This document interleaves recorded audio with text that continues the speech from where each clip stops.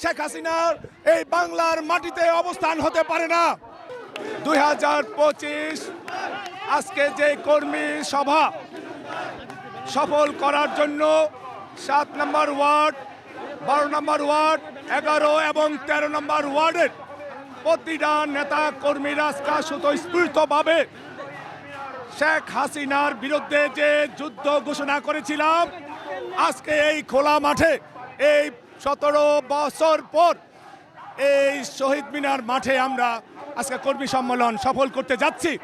আপনারা জানেন এই ফ্যাসিস্ট মাফিয়া সরকার আমাদের 1.5 যুগ পালিয়ে থাকতে হয়েছিল একমাত্র হাসিনার এই মাফিয়া সরকারের নেতৃত্বে ছিল। আমরা ভুলে যাইনি আমার নেতা জনাব ভারপ্রাপ্ত চেয়ারম্যান জনাব তারেক রহমানকে 21 বছর টেমস নদীর ওপারে ইংল্যান্ডে বসবাস করতে হয়েছে এই হাসিনার নির্যাতনের শিকারে।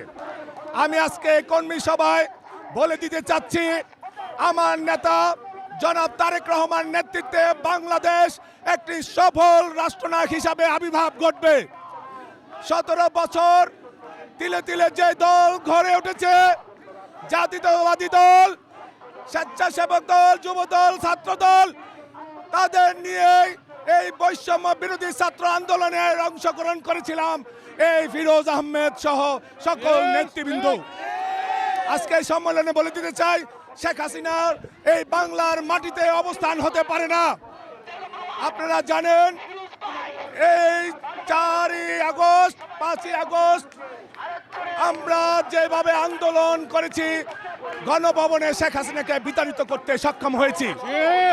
আমরা আন্দোলন করেছি একটি গণতন্ত্রের জন্য, আগে উন্নয়ন নয়, আগে গণতন্ত্র।